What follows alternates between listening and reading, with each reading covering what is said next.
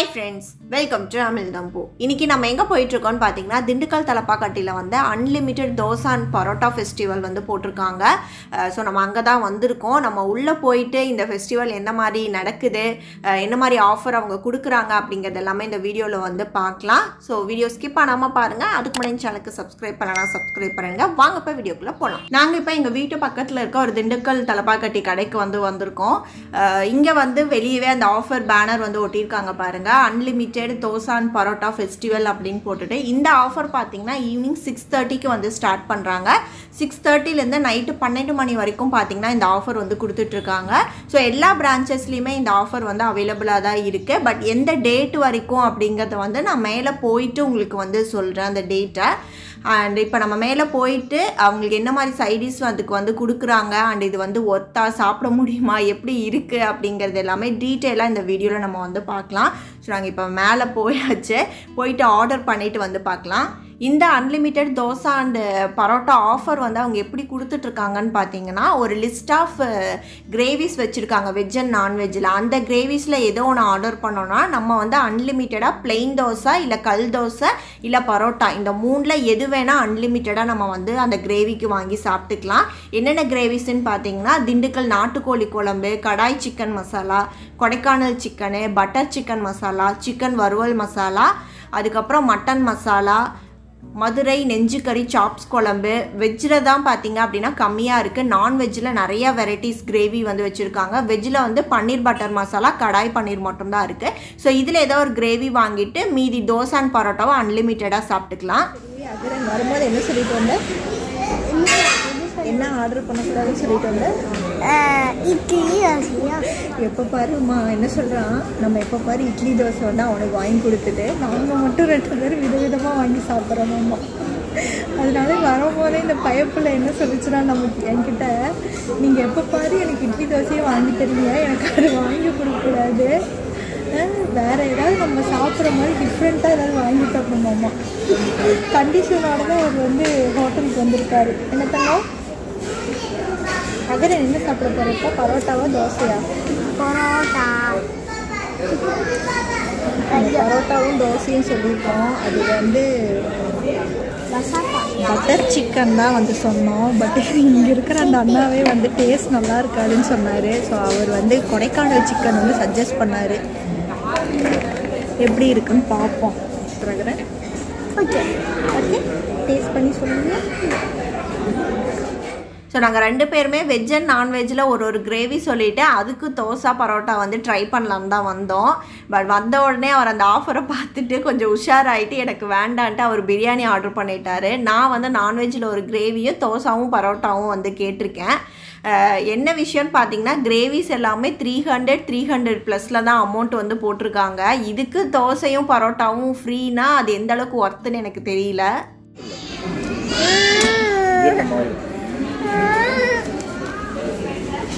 ஏமாத்திட்டீங்க புள்ளியார. சாப்பிடுமா, எக் பிரியாணி சாப்பிடுமா. இதுதான் நம்மளோட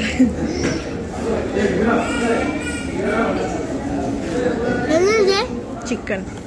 சிக்கன் கொடைக்கானல் சிக்கனா.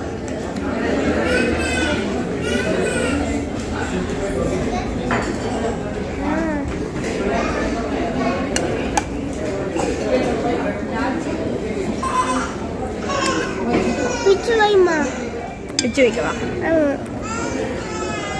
தோசை சாப்பிட மாட்டியா?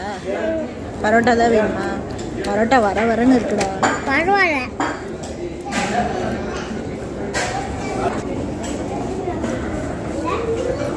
நல்லா இருக்கா? நல்லா இருக்கா? அகரன் பரோட்டா தான் கேட்டான்ட்டு அவனுக்கு ஒரு பரோட்டா பிச்சு போட்டுட்டு நான் வந்து மீதி இருக்க ஒரு பரோட்டாவும் தோசையும் வச்சுருக்கேன். அண்ட் கிரேவி எப்படி இருக்குன்னு பார்த்தீங்கன்னா சிக்கன் வந்து சூப்பராக குக் பண்ணியிருக்காங்க. குழந்தைங்க கூட நல்லா மென்று சாப்பிட்ற மாதிரி அப்படியே பஞ்சு மாதிரி சூப்பராக இருக்குது. ஆனால் டேஸ்ட் வந்து ரொம்ப ஆவரேஜாக தான் இருக்குது. இப்போ ஒரு தேங்காவையும் முந்திரி பருப்பையும் வந்து நம்ம அரைச்சோம் அப்படின்னா அப்படியே வலுவலுன்னு ஒரு பேஸ்ட்டு கிடைக்கும் இல்லையா, அது போட்டு அப்படியே வச்ச மாதிரி ஒரு மைல்டாக மசாலா அந்த டேஸ்ட்டுமே இல்லாமல் ரொம்ப ஆவரேஜாக தான் இருந்துச்சு. எனக்கு கிரேவி அந்தளவுக்கு வந்து சாட்டிஸ்ஃபேக்ஷனே இல்லை. அகரனும் ஒரு வழியாக ஏதோ ஒரு 3/4 சாப்பிட்டான். அதுக்கு மேலே அவனும் சாப்பிட முடியல. ஏன்னா பரோட்டா வந்து ரொம்ப ட்ரையாக இருந்துச்சு, ஹார்டாகவும் இருந்துச்சு கடிக்கிறதுக்கு. கிரேவி தொட்டு சாப்பிட்டாலுமே நம்மளால் மென்று சாப்பிட்றதுக்கு நமக்கே கஷ்டமாக இருந்துச்சு. சரி அவன் வேணான்ட்டு பிரியாணி ஒரு வாய் சாப்பிட்டுட்டு முட்டை சாப்பிட்டுக்கிறேன்னு சொன்னான்ட்டு அவனுக்கு முட்டை வந்து எடுத்து வச்சாச்சு. ஸோ நான் மீதி இருக்க பரோட்டாவையும் அதுக்கப்புறம் தோசை வந்து எப்பவும் போல தோசை வந்து நல்லா இருந்துச்சு, அதில் குறை சொல்கிறதுக்கு இல்லை. கிரேவியும் பரோட்டாவும் எனக்கு அந்தளவுக்கு வந்து பிடிக்கல. பட் அதோட குவான்டிட்டியும் நீங்கள் பார்த்துருப்பீங்க, ரொம்ப கம்மியாக தான் இருக்குது. இதுக்கு நீங்கள் எவ்வளோ தோசை பரோட்டா அன்லிமிட்டடாக சாப்பிட முடியும்னு யோசிச்சு பாருங்கள். உங்களுக்கு பத்தவே பத்தாது. நீங்கள் நல்லா டிப் பண்ணியெல்லாம் சாப்பிடுவீங்க அப்படின்னா ஒரு 2 பரோட்டாக்கு தான் உங்களுக்கு அது சரியாக இருக்கும். அதில் ஒரு 4 சிக்கன் பீஸ் வந்து போட்டிருக்காங்க. அதுவே வந்து 300 rupees நமக்கு கிரேவியோட அமௌண்ட்டே வந்து வந்துடும். பரோட்டாவை எப்படியே சாப்பிட்டாச்சு. ஆனால் தோசையில் இன்னும் கொஞ்சம் மீதி இருக்குது. ஆனால் கிரேவி இப்போவே பார்த்தீங்க அப்படின்னா ஒரு 3/4 பங்கு வந்து காலி ஆகிடுச்சு. இதுக்கும் அகரன் வந்து சாப்பிட்ட பரோட்டாவுக்கு ஒரே ஒரு ஸ்பூனு கிரேவி மட்டும்தான் அவன் தொட்டு சாப்பிட்டான். அதுக்கே வந்து எனக்கு கிரேவி இவ்வளோ காலி ஆகிடுச்சு. இன்னும் வந்து இந்த தோசை ஃபுல்லாக 2 பரோட்டாவையும் நம்ம ஃபுல்லாக கிரேவியில் வச்சு சாப்பிட்ருந்தோம் அப்படின்னா கண்டிப்பாக கிரேவி பற்றிருக்காது. நீங்கள் திரும்ப கிரேவி காலி ஆகிடுச்சு அப்படின்னா நீங்கள் திரும்ப தோசையோ பரோட்டாவோ வாங்குறீங்கன்னா புதுசாக ஒரு கிரேவி தான் நீங்கள் ஆர்டர் பண்ணி வாங்கி சாப்பிட்ற மாதிரி இருக்கும். அதுக்கு தனி சார்ஜ் வந்து நமக்கு பண்ணுவாங்க. அதுவுமே ஒரு 300-350 ரூபா கிரேவி ப்ரைஸ் வந்து நமக்கு வந்துடும். ஸோ இந்த parotta and dosa unlimited festival வந்து என்னை கேட்டால் வந்து அந்தளவுக்கு ஒர்த்து இல்லை அப்படின்னு தான் நான் சொல்லுவேன். ஸோ கிரேவி கொஞ்சம் மீதி இருந்துச்சு, அதை வேஸ்ட் பண்ணக்கூடாது. நான் இன்னொரு பிளெயின் தோசை பார்த்திங்கன்னா ஆர்டர் பண்ணியிருக்கேன். ஸோ மீதி இருக்க கிரேவி எல்லாத்தையுமே நம்ம வலித்து எடுத்து தோசை கூட வச்சு வந்து சாப்பிட்றலாம். ஸோ இந்த கிரேவி எப்படியும் ஒரு பாதி தோசைக்கு வந்து கரெக்டாக இருக்கும். மீதி தோசையை வந்து அவங்க 2 பேர்த்தையும் எப்படியாவது நம்ம சாப்பிட வச்சு காலி பண்ணிடலாம். ஏன்னா நம்ம ஃபுட்டை வந்து வேஸ்ட் பண்ணக்கூடாது. அண்ட் அது போக இந்த அன்லிமிட்டெட் தோசை அண்டு பரோட்டா ஆஃபரில் வந்து நம்ம வாங்குகிற தோசை பரோட்டா வந்து மற்றவங்க கூட ஷேரிங்கும் பண்ணக்கூடாது அப்படிங்கிற மாதிரி சொல்லியிருந்தாங்க. நான் வந்த உடனே சொல்லிட்டேன், இந்த சின்ன குழந்தை தான் அப்படிங்கிறனால அவங்க ஓகே ஷேர் பண்ணிக்கோங்க அப்படின்ட்டாங்க.